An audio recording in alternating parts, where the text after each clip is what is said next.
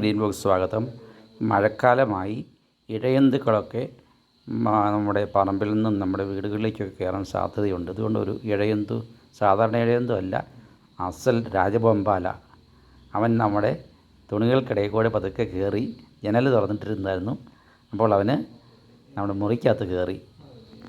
രാജവെമ്പാല റൂമിൽ കയറി വന്നപ്പോൾ ഉറക്കം നടിച്ച് കിടന്ന് ഫോണിൽ പകർത്തി ധൈര്യശാലി ആയുസ്സിൻ്റെ ബലത്തിലാണ് രക്ഷപ്പെടുന്നത്. തുണികൾ വാരി വലിച്ചിട്ട് ജനാലയം തുറന്നിട്ട് അന്തമില്ലാതെ നടക്കുന്നവർ സൂക്ഷിക്കണം. ഇതുപോലുള്ള രാജവെമ്പാലയാണ്.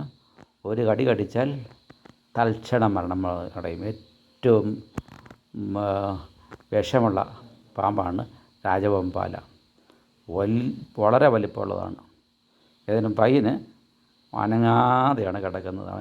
ഇതിന് ഈ രാജവെമ്പാല രക്ഷപ്പെടാൻ വേണ്ടി പല മാർഗ്ഗങ്ങളും നോക്കുന്നുണ്ട്. അവൻ്റെ കാലിൻ്റെ ഇടയിൽ കൂടിയാണ് നീങ്ങിപ്പോകുന്നത്. കണ്ടോ, കാലിൻ്റെ അടിയിൽ കൂടി നീങ്ങിപ്പോകുന്നു. അവന് അനങ്ങാതിരിക്കുകയാണ്. പാമ്പ് മുറികളിലെല്ലാം തപ്പുകയാണ്. ഇവിടെ രക്ഷപ്പെടാൻ മാർഗ്ഗം നോക്കുകയാണ് വെളിയിലേക്ക് പോകാനായിട്ട്.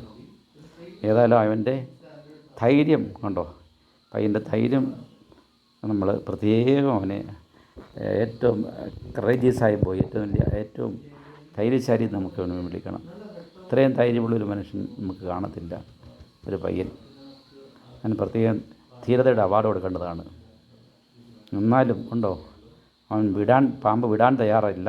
രാജവെമ്പാല അവന് നോക്കിയിരിക്കുകയാണ് എങ്ങോട്ടേലും ആരേലും അനങ്ങുന്നുണ്ടോ എന്ന്.